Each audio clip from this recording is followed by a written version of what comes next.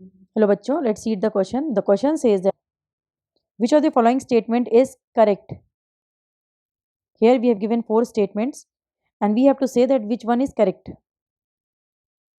So to solve this question, we have to keep in mind the key concept of reactions, क्योंकि reactions के behalf पे ये questions पूछे गए हैं.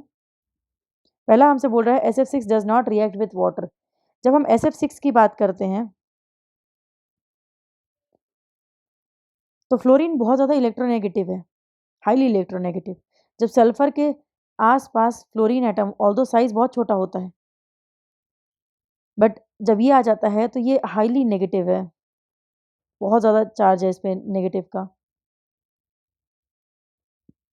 तो ये किसी और से रिएक्ट करने कैसे देगा? इसी वजह से ये पुअरली हाईली शील्डेड होता है. इसका रीज़न ये है, highly shielded by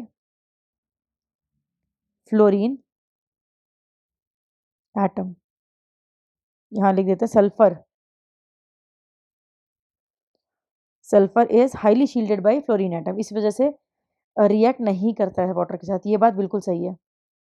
second statement है OF6 इज D2sp3 हाइब्रिडाइज्ड. यहाँ पर शायद थोड़ी सी मिस प्रिंटिंग हुई है क्योंकि यहाँ पे SF6 होना चाहिए था. जब हम SF6 का स्ट्रक्चर देखते हैं, बी वाला देखेंगे, तो S फ्लोरीन इस तरीके से लगता है 4 और 2 एक्सियल बॉन्ड्स होते हैं.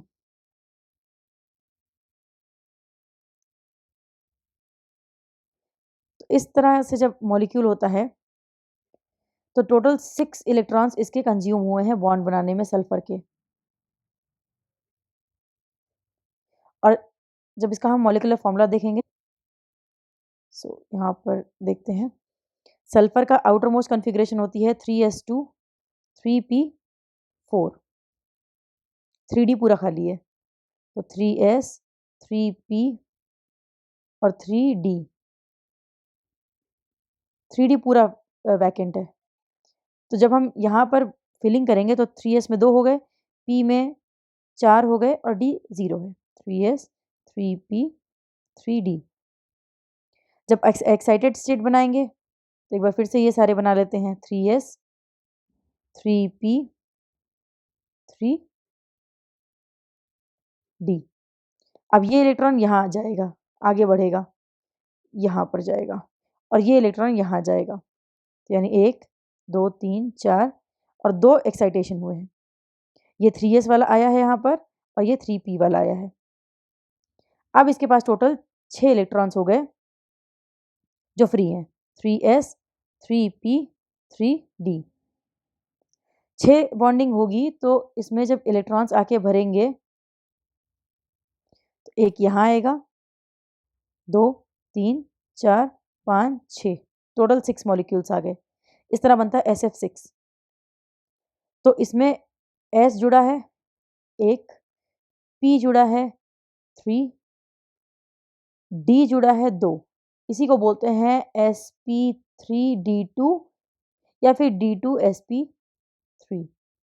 एक्साइटेशन हुआ है, D पहले भरा जाएगा, इस वजह से D2sp3 बोला जाता है इसे.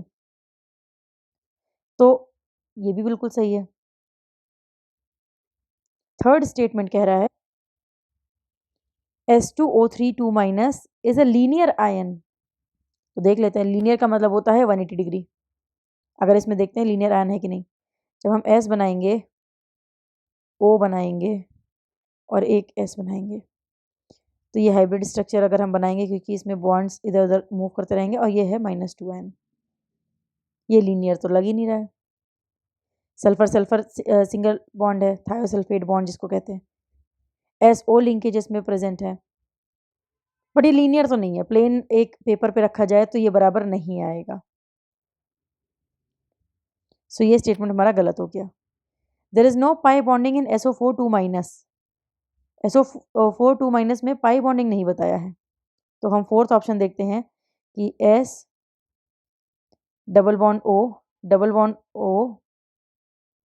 एक O- इधर और एक O- इधर. बोला है पाई बॉन्डिंग नहीं है.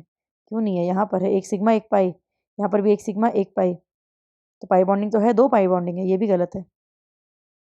तो स्टेटमेंट जो सही है वो ये है कि SF6 does not react with water, ये बात बिल्कुल सही है। सेकेंड स्टेटमेंट में अगर यहाँ पर SF6 लिखा हो तो D2sp3 हाइब्रिडाइजेशन है, बट OF6 के केस में हाइब्रिडाइजेशन नहीं है। इट माइट बी पॉसिबल यहाँ कोई मिस प्रिंटिंग हुई हो, बट नहीं हुई है, तो ये स्टेटमेंट रॉन्ग है। तो करेक्ट स्टेटमेंट केवल ए आ गया, only A is the correct answer. Hope you understood it well, best of luck.